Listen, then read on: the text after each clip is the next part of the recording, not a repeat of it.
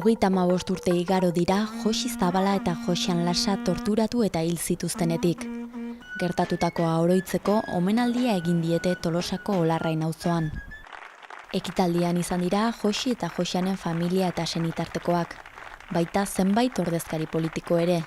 Arnaldo Otegi, EH Bilduko koordinatzailea, Arkaitz Rodriguez sortuko idazkari nagusia, Olatzpeon Tolosako alkatea, Jokin Azkue EAJko zinegotzia eta Julen Arzuaga EH Bilduko legebiltzarkidea besteak beste. Gaur Lasa eta Zabalaren omenaldian gaude, dira biktima batzuk baztertuak izan direnak, instituzioek marginatu izan dituzten biktimak eta gainera perpetratzaileak impunitate osoarekin sarituak izan direla.